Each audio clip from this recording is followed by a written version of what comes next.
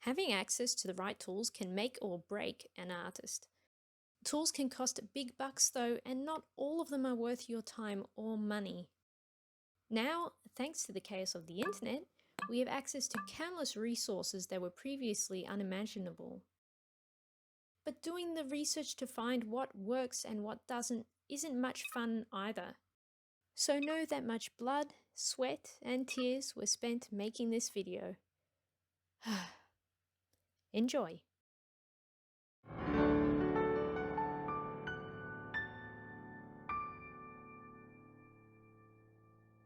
And since we all know that most artists are broke, a majority of these that I've included are either free or extremely cheap. Bear in mind I am an Android user, but I will try to include an alternative. The first lot of apps that I'm going to show you address color.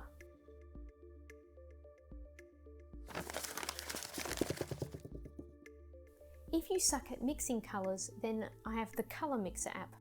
It's available on both Android and Apple and comes in handy for those days you just can't seem to get the paint portions right. It has a lot to offer in the free app, but if you want the full version, it's a one-time payment of around $5 Aussie, which is so worth it in the long run for all those special little extras. It gives you the ability to unmix from a reference, and while I do recommend you train yourself to identify colors without a digital tool, this cheat can be good for learning or when you're just too tired, because it happens. You also have a variety of paint brands to choose from that you can add to the mix or save for later. The best part of this app though is that it allows you to see the correct portions of paint you'll need to achieve your desired colour. Always remember to experiment with some swatches before painting, as the colour you see on your screen and your paint pigments may be slightly different and you don't want to make an irreversible mistake. It also has a cool little option to convert one colour into another.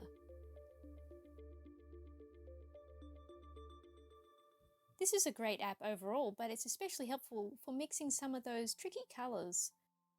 I highly recommend it for beginners learning the correct portions and experienced artists. Another app that is very similar that I also recommend is Color Picker AR. This one is also available on both Android and Apple and comes with a free version. Yet again, there is a pro version, but I've not felt the need to get it as a lot of the features are available in the full version of the Color Mixer app. However, where this app is unique is that it includes a live color drop, great for if you often paint out in nature.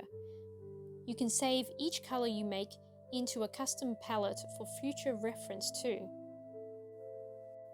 Once saved, you can mess around with the sliders to alter this shade. But what I especially like about this app is that you can view each selection in full screen for a clearer color sample. And finally, as a bonus, it comes with a palette generator for when you're out of ideas. If you prefer using your desktop, there is also Paletton.com. Similar to the last two, but for desktop, Paletton is a color scheme designer website. Its simple layout and color wheel is the beauty of it. It has a handful of sweet options, but it's not complex or difficult. It's good for beginners and you don't need color theory knowledge to start using it. Just mess around with the variations on the wheel and settings to get some interesting ideas. There isn't a ton on this website, but it's not needed and provides a clean alternative to some of the more weighty sites out there. Another website I'd highly recommend you try out is Artist Assist app. This website is the secret sauce to leveling up your photo reference drawing skills, in my opinion. Yet again, you can pick colors from your photo, add them to a palette, and find the right color ratio depending on your selected paints, and view the swatches next to your reference photo. I love the tonal values option because it definitely helps train your eye to recognize values and understand how shadows work. On a similar note, you can also simplify the photo so you don't get overwhelmed by all the specifics and can visualize the important shapes without getting hyperfixated on every tiny detail. It also has an outline option, a grid, color mixing, and a limited palette. It has a downloadable option in addition to the website, which is perfect for when you don't have an internet connection. This next group are for model references. If you're like me and have seen the Asaro head and can't afford the price, check out Nguyen's awesome head reference on his ArtStation account. This tool is a lifesaver. You can move the timelines to change the direction of the light and rotate the head any way you want. This is great if you want to challenge yourself with some tricky angles. Zoom in on the model and move the camera around. It also has a secondary light, which is nice. And if you want a female reference, he's made that too with identical controls.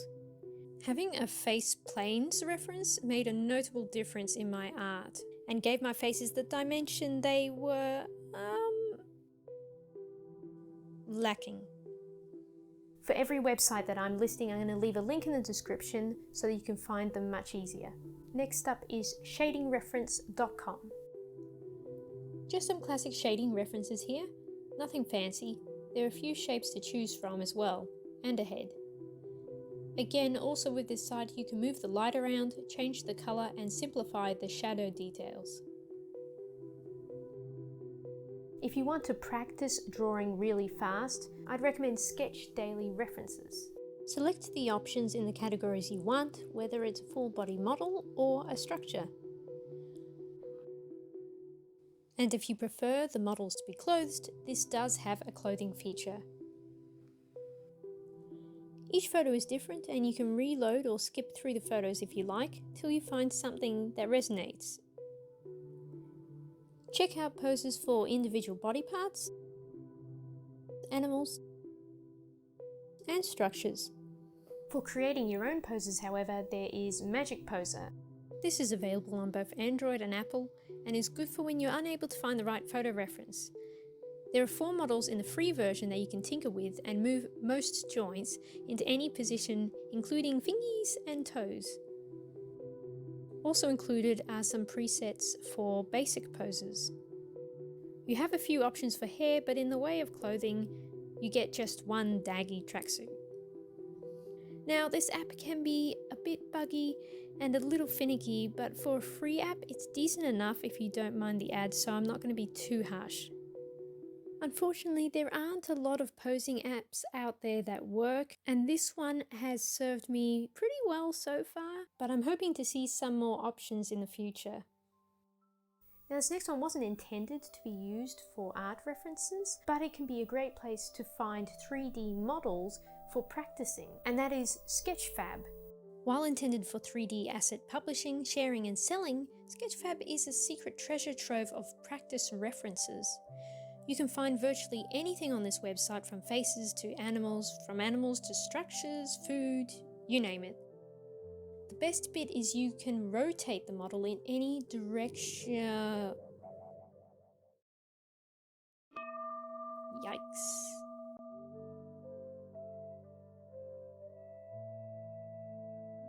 Some of the most unique and surprisingly useful models on Sketchfab are the animated ones, specifically animals. I can never quite find the perfect posed horse and also be satisfied with the angle, but with these models you can play the animation, stop it when you like the pose, and view it from every possible angle.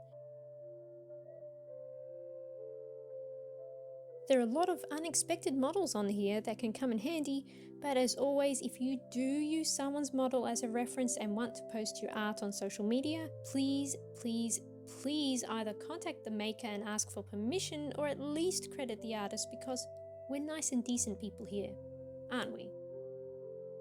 Reference Angle is another helpful website. As it says in the title, this website allows you to position the model head how you want it, and it will search through photos of real faces that match the selected angle. It's not always 100% accurate, but it's fun to use and an interesting concept. Also, there is the same thing but made for animals. This one is a little less accurate at times, but it's definitely a good tool to have.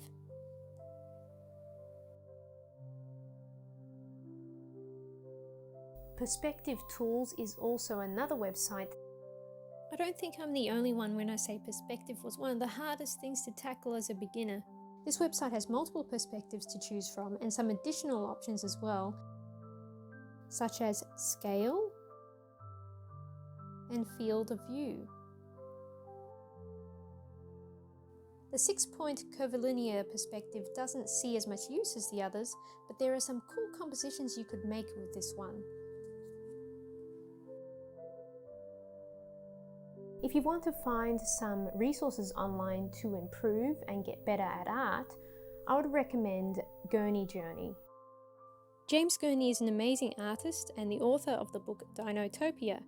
His website has a ton of insight into his artistic process, especially with casein and gouache paints. I highly recommend you read his art books as well, since they're full of invaluable and enlightening tips.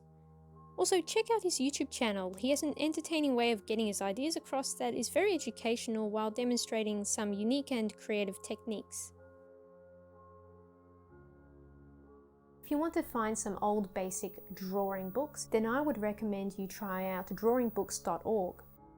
This website holds a good selection of classic anatomy and form books that you can read for free. It's a good place to start if you can't yet afford to invest in physical copies but want to delve into the basics of drawing the human figure.